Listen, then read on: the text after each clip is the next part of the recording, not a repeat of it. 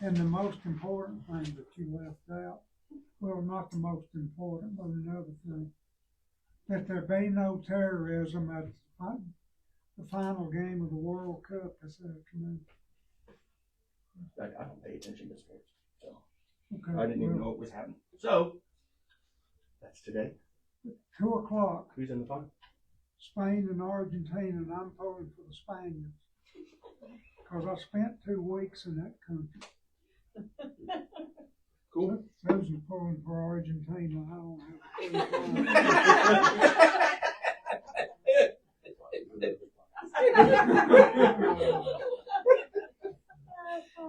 All right. You work with adults? You work with adults? Because you're probably going to need to go over there later today. Lordy, Lordy. I always feel sorry for visitors when they come to our class because you never quite know what you're going to run into, do you? So, but we're glad that you're here. It's not this bad always. No, yes, it is. Always. And we run between 45 people and like 12. So, well, either way, we continue our study of the walking in the Spirit as we are walking through what the fruits of the Spirit are, right? We seek to do these things, but we walk in the Spirit. We walk in and live by the Spirit. Excuse me, can't talk today. We walk in and live by the Spirit. And so we've been talking about love, joy, peace. We talked about patience. I don't know where I did with patience. I skipped it. So we talked about long suffering and or patience last week. I'm going to try to move us ahead. Of course, we're not going to get anywhere today, but try to move us ahead just a little bit quicker. But today we are moving on to the concept of kindness. And I have been told I'm not the kindest person on the planet by somebody in the room. And so that's right here.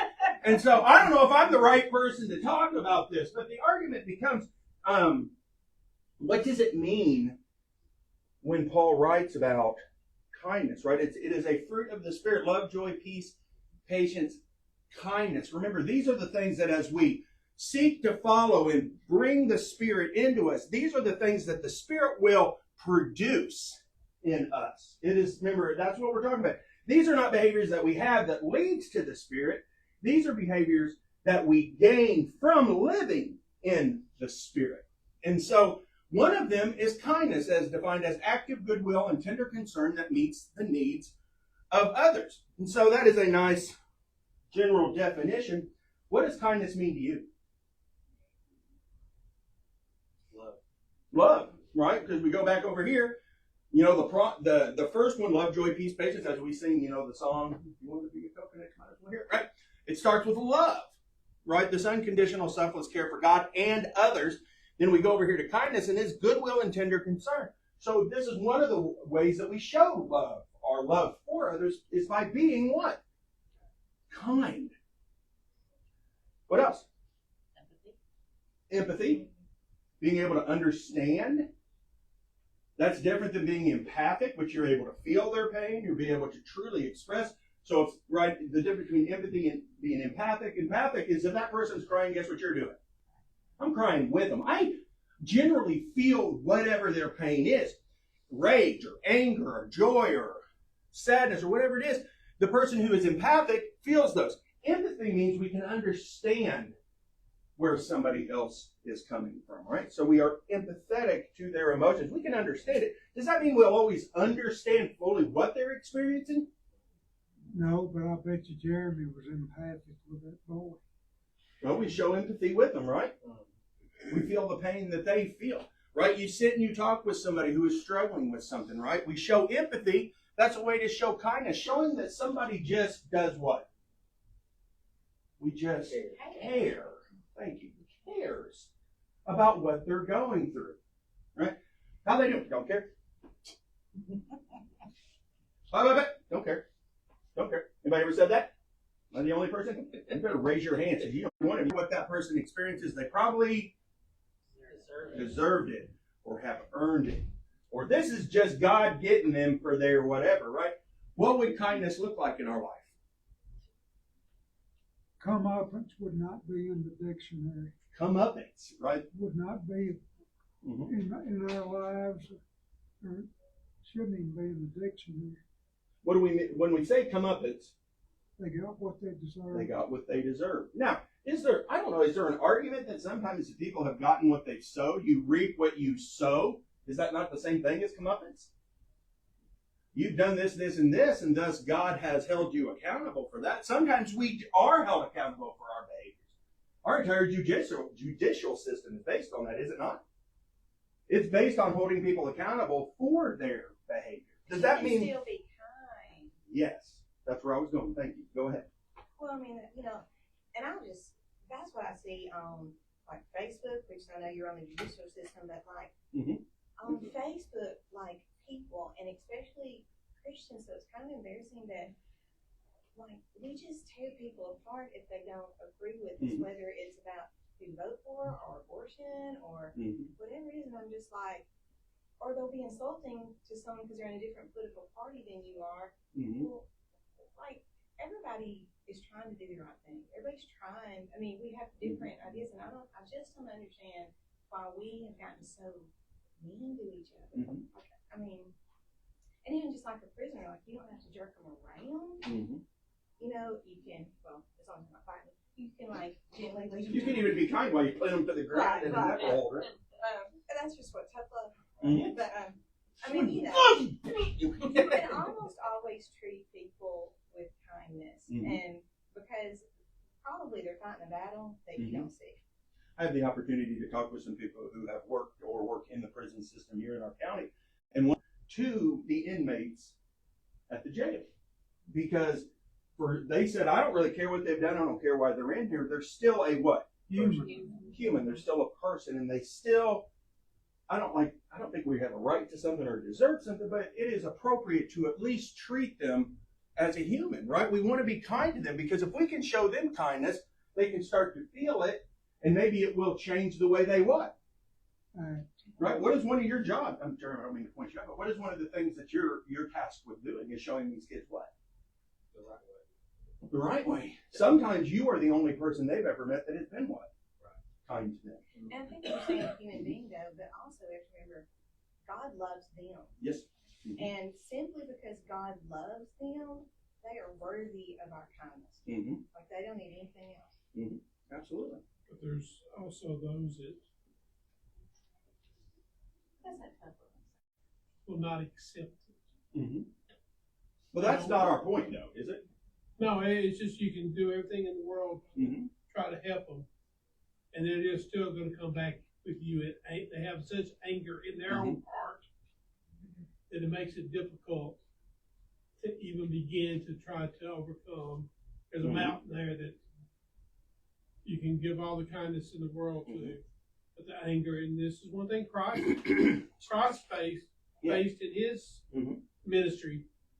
He could never, no matter what he did with the teachers of the day, their anger was so much against him that he could not overcome it. And again, this is sort of that points in time where we have to exercise a tough love and say, I've got to back out of this. Well, how often did we see Jesus exercise tough love? He did he did when he drove out the money changers. It was tough love, but it was. Even with the scribes, the Pharisees, the teachers of law, those who should have known better, even though he was harsh with them at times, why was he addressing them? What, did he not have concern for them? Right? It says tender concern. That's our goal. Sometimes we do have to have that concept of the tough love. Sometimes we got to be a little more difficult. There's nothing about kindness that says it's an if-then statement. Right? We like to have if-then, right? If they are nice or accepting or thankful for what I do, then I will do the thing.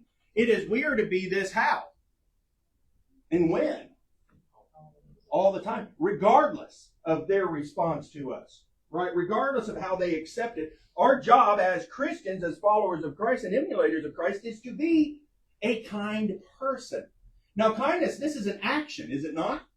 It's not just be kind. It is kindness. It's a way that we think. It's a way that we feel. It's a way that we engage. This is a mindset in life. I think we struggle with that. The culture of our community, of our day, and of our country, and of the world is it's just about us, and anybody gets in the way of it. Our goal as Christians should be to turn that outward and say, we want goodwill and tender concern for everybody.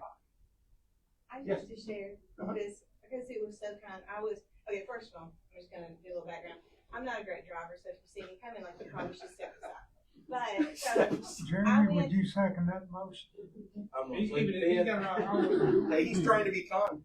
okay, so I went to TJ Maxx. I don't know if y'all been there, but those are the skinniest parking places. So they're awful. Well, anyway, I can't hardly get in on them. So anyway, but I had May, so I got out, and this little lady came over, and first of all, she was saying how beautiful May is, and that's a fact, she is. And then she was just talking about these skinny parking places, and I was like, I know, like it's so hard to get into them. I just gave up, and I said, of course, we're walking in the store together, and I said, and obviously they kind of felt the same way, and they just gave up because there were about 3 cars like that.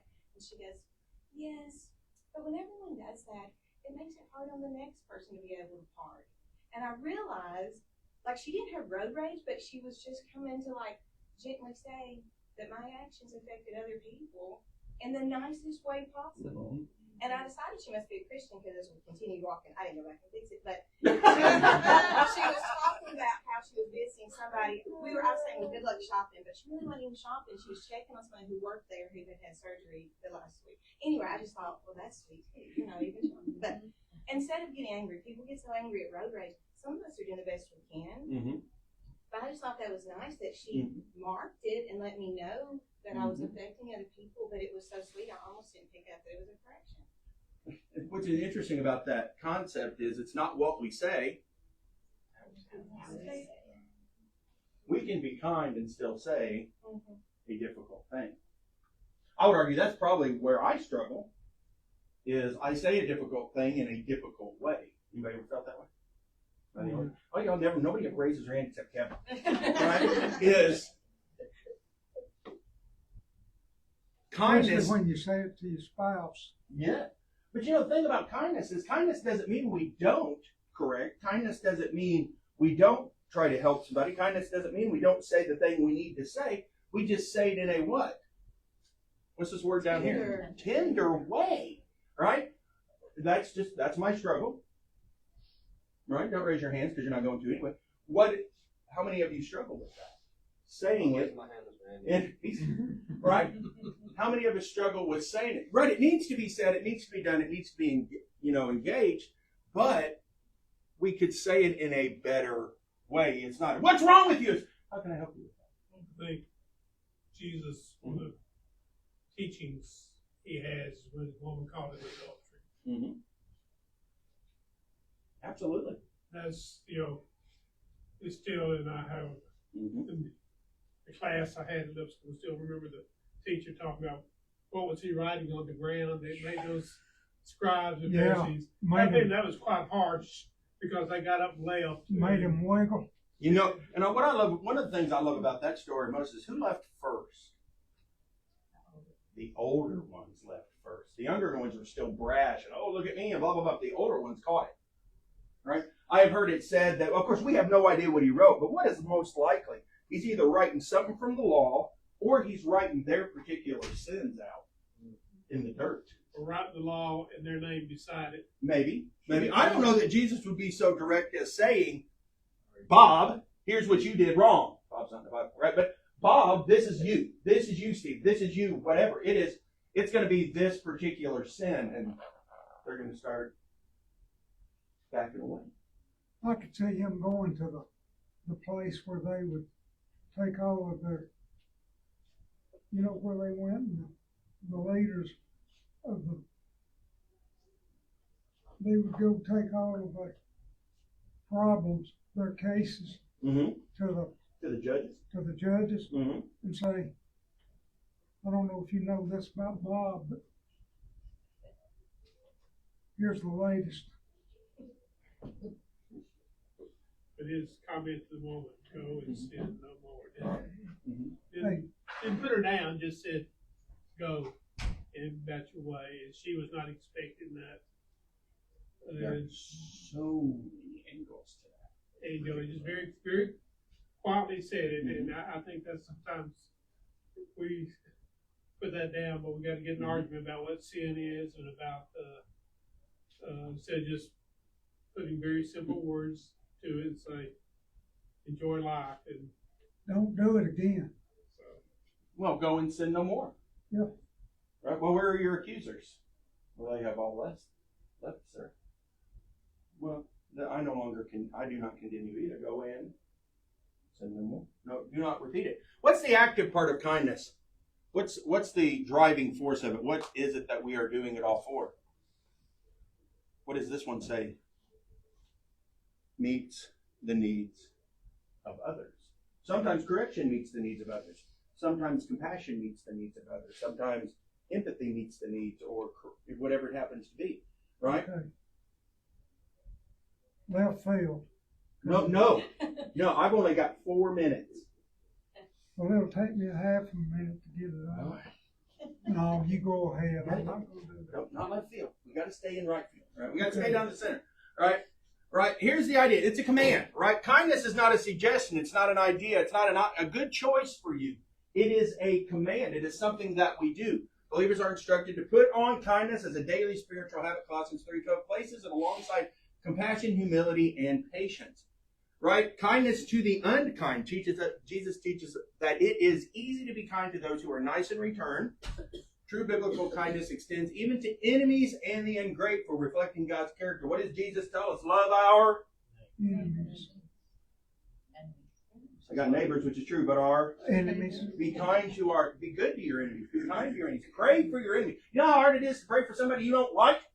You know how hard it is to not like them if you're praying for their success? Pick the worst person in your existence, not me. That's not nice. All right? And what? Pray for their success. Pray for them to do well. Pray for them to better themselves. You know how hard it is to be angry at somebody? You are actively, truly praying for their success. Yeah, but what if their success means that evil is going to go forward, not goodness? Well, is that what God is going to grant them? If you pray for them to do well, Then that's between them and God. that's exactly right. That's not your problem. It's like giving, right? When we give to somebody, it's not up to us what they do with what we've given them. They do with what they do with it. That is between them and God, Hey, right? Julie, did you invite that woman to church? Well, I didn't, but I felt like she was already good, honestly. She was sweet. She'd already- She's already visiting, but She'd already been beat on enough that day with the parking space.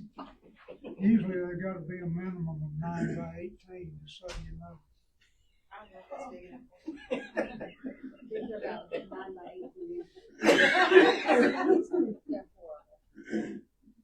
The parking spaces at TJ Maxx. 9 foot. No, they're like 9 inches by 18 inches. Bicycles, right? Take a look at this second bullet point in here. It says, being kind, kindness is more than niceness. Biblical kindness is not passive politeness or superficial flattery. Oh, you look nice, then go on about your way, right? It is active, sometimes interrupting your schedule to care for the vulnerable, the widow, the orphan, and the oppressed. We go out of our way. What did that woman do, Julie? She went out of your way to tell you you can't park a car. But in a nice way. In a nice way. She said a horrible thing. Yeah. In a good way. So, yet again, it's not what you say, it's how you say it. Right? She It's put it more. beside and opened her door into it. Blam! Where's your foot? So, right? Actually, Good now buddy. I see she came from a few rows over, so she must. Because I was trying really hard to get in there on the spread, so I felt she probably was like, okay, this lady needs to know she's messing up the whole system apart. Julie, I saw a video the other day of a guy parking this humongous. I showed Sam. Yeah. This massive RV. He backed in to this very small parking spot. Pulled up one straight. Perfect parking job. Thing had to have been 45, 46 feet long. The other person, I won't say which one of them, was parking a pickup truck on a straight line yard. Pulled forward and backed up 14 times. All right? Is that the way it is? Well, here's the thing. I was backing out of my garage, and Kaylee has her personal assistant, and she kind of parks behind me. Not more. But, and so I backed, and I was trying really, really hard. Here, not to, brother, But I hit her you car. need one of these So, up there then with I you thought- every Sunday morning. I told Jeremy, I said she won't park behind there anymore, I'm sure. But the next day she did. I was like, oh my Here you go. goodness, why would you do that? Trying to train you to see if you can do Julie, it. Never do that when I'm taking a sip. That was not kind. Right? So, but the argument becomes, niceness is not the same as kindness. Niceness is just something we can be. Oh, hi, how you doing? Hi, how you doing? Kindness is an action. It's an active behavior, something that we seek to do, right? It will interrupt our day to be kind to somebody, right? I have watched people from time to time, they're in the midst of doing something, somebody pulls up with something, they're doing it. Well, they go help that person unload their car or do whatever that is. That's kindness. It's helping somebody, right? It's something that we go out of our way to do. It says they're vulnerable, the widow, the orphan, and the oppressed. Yes, absolutely. But we can be kind to who? Anyone and everyone, right? So if we take a look at it, here's a couple of verses. I got 4 verses. Ephesians 4:32 commands believers to be tenderhearted and forgiving, modeling the kindness shown by Christ. Luke 6:35 calls for proactive love towards enemies. We talked about that one. Offering help without expecting a return. That's the fun one. Do it just because you do it, not because you want something in return, right? Colossians 3:12 instructs believers to clothe themselves with kindness as part of their identity. This is who you are. And of course, out of the Old Testament, Micah 6:8 defines God's requirement for humanity, which includes acting justly, loving kindness, and walking humbly. And so how do we want to live our life on a daily basis? With kindness. And that shows one of the indwellings of the Spirit. That's what the Spirit creates in us. Right? A couple of examples. David and, somebody say that word. You don't say. I can't pronounce that, right? 2 Samuel 9. The Good Samaritan from Luke. Boaz and Ruth. Fantastic story of their love. Elisha and the Shunammite woman. Am I saying that right? Shunammite? Yeah. Shunammite. I can't say these words right. 2 Kings 4:8-11. Look them up.